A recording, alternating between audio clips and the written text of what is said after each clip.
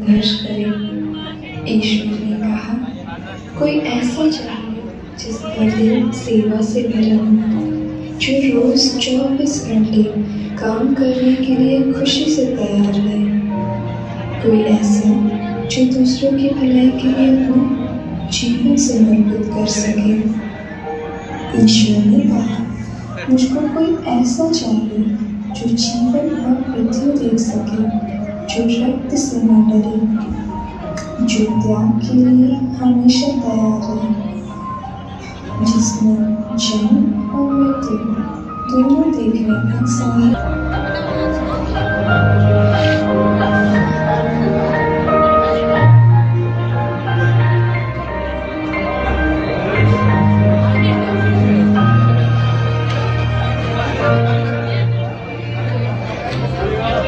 पहले के समय में लोग अस्पताल में जांच के लिए न जाकर अंधविश्वास और तांत्रिकों पर भरोसा करते थे, जिस कारण बहुतों ने अपनी जान गंवा दी और कुछ लोग गंभीर बीमारियों के शिकार हो गए।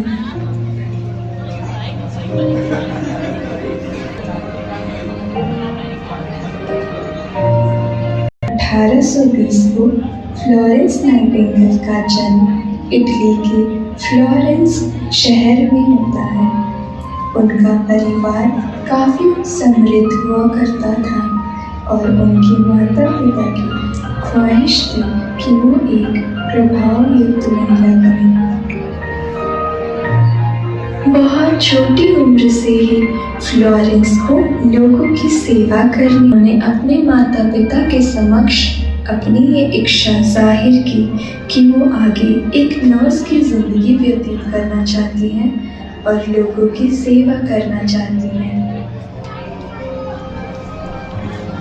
उस समय एक महिला के लिए एक नर्स बनना इतना आसान नहीं था, इसलिए उनके माता पिता ने उन्हें ऐसा करने से साफ इनकार कर दिया। बहुत कोशिशों के बाद आखिरकार फ्लोरेंस ने अपने माता पिता को मना ही लिया। सन 1844 में फ्लोरेंस का दाखिला लूथरन हॉस्पिटल जर्मनी में एक नर्सिंग छात्रा के रूप में हुआ।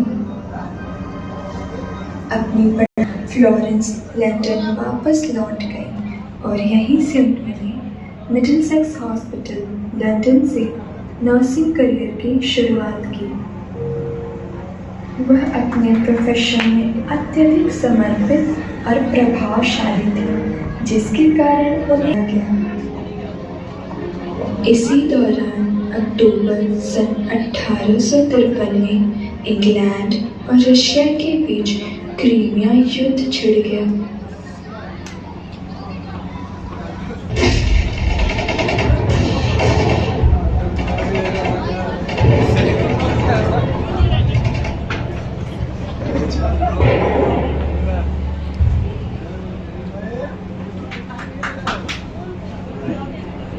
जिससे बड़े पैमाने पर सैनिक हताहत और घायल हो जाते हैं।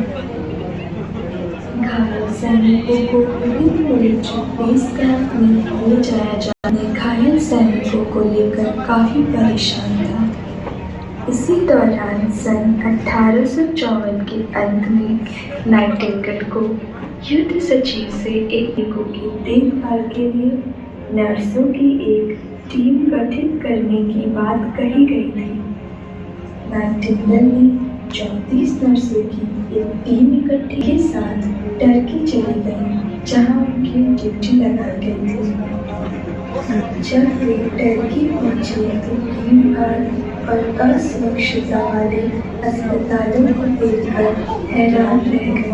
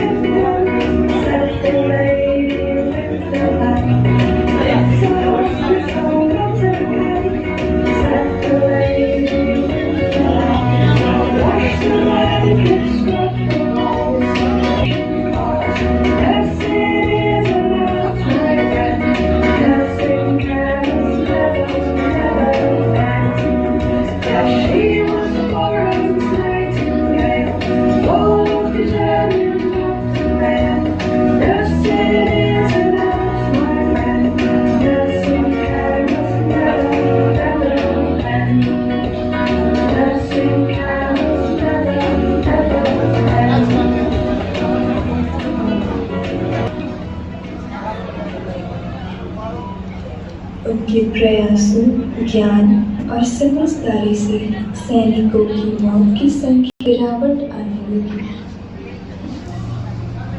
जब वह लंदन वापस आई तो उनका भव्य स्वागत किया गया और रानी ने उन्हें एक उत्कीर्ण ब्रोच भेंट करते हुए उनके काम को उन्हें 2,50,000 की नकद राशि भी मिली, जिसका उपयोग उन्होंने आगे के स्वास्थ्य कार्यों में करने का निर्णय लिया।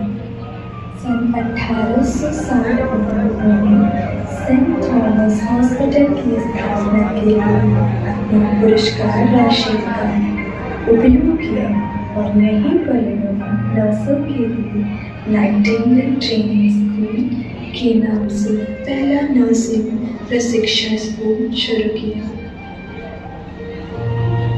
इसके बाद नाइटिंगेल सार्वजनिक प्रशंसा के पात्र बन गई। युवा महिलाएं उनके जैसा बनने की ख्वाहिश रखने लगी और उच्च वर्ग के लोग भी ट्रेनिंग स्कूल में दाखिला लेने लगे। नाइटिंगेल की बदौलत नर्सिंग पेशे को उच्च वर्ग द्वारा तिरस्कृत नहीं किया गया, बल्कि इसे सम्मानजनक पेशे के रूप में देखा जाने लगा। एक चिराग लेकर चिराग बन जाऊंगी सोचा न था। शुरुआत तो बस एक मरहम से की, आज इलाज से जुट जाऊंगी कई सांसों की, ये तो सोचा न था। ऊंचाई के शिखर पे पहुंची हूँ आज, हर जगह मेरी परछाई है। अब वक्त बदला है और यहाँ हर किसी को मेरी जरूरत समझ आई। कई वर्ष पहले बस GNM ANM तक सीमित थी मैं, अब दुनिया में बदलाव ला चुकी हूँ। PhD को भी हासिल कर चुकी हूँ, नुस्खों से लोगों को जुड़ गई। पहले पर से आंखों में उजाला करती थी, आज दवा से भी दर्द को कम करना जानती थी। मैं MSc को भी हासिल कर चुकी हूँ, थ्योरी और प्रैक्टिकल की मेल को समझती हूँ। रिसर्च में भी उपलब्धियाँ पा चुकी हूँ, सिर्फ इंजेक्शन टैबलेट तक ही नहीं, अब टेक्नोलॉजी को भी मैं समझती हूँ। आज कॉलेज भी अधूरे हैं मेरे बिना, क्योंकि आगे की पीढ़ी के ज्ञान में भी सहयोग जो मैं दे रही हूँ। आज कहाँ तुम्हें मैं नहीं मिलूंगी, nurse, professor, administrator, counsellor, researcher, माँ के दर्द और बच्चे की चहचहाहट से जो जुड़ती हूँ, मुझे मिडवाइफरी और पीडियाट्रिक नर्स कहते हैं। जहाँ एनाटॉमी, फिजियोलॉजी, ECG की तारों से जुड़ती हूँ, मुझे मेडिकल सर्जिकल नर्स कहते हैं। जब किसी के इमोशन और साइकोलॉजी से जुड़ती हूँ, मुझे मेंटल हेल्थ नर्स कहते हैं। जहाँ लोगों के घरों से बीमारियों को दूर करती हूँ, तो मुझे कम्युनिटी हेल्थ नर्स कहते हैं। उन सरहदों पे भी जब किसी की मुस्कुराहट बनती हूँ, मुझे मिलिट्री नर्स कहते हैं। देश में नहीं सिर्फ, बल्कि फॉरेन में भी पंख अपने उड़ा बैठी हूँ। देख रहे हो एक चिराग लेकर जो निकली थी, कहाँ तक मैं उसका प्रकाश फैला चुकी हूँ।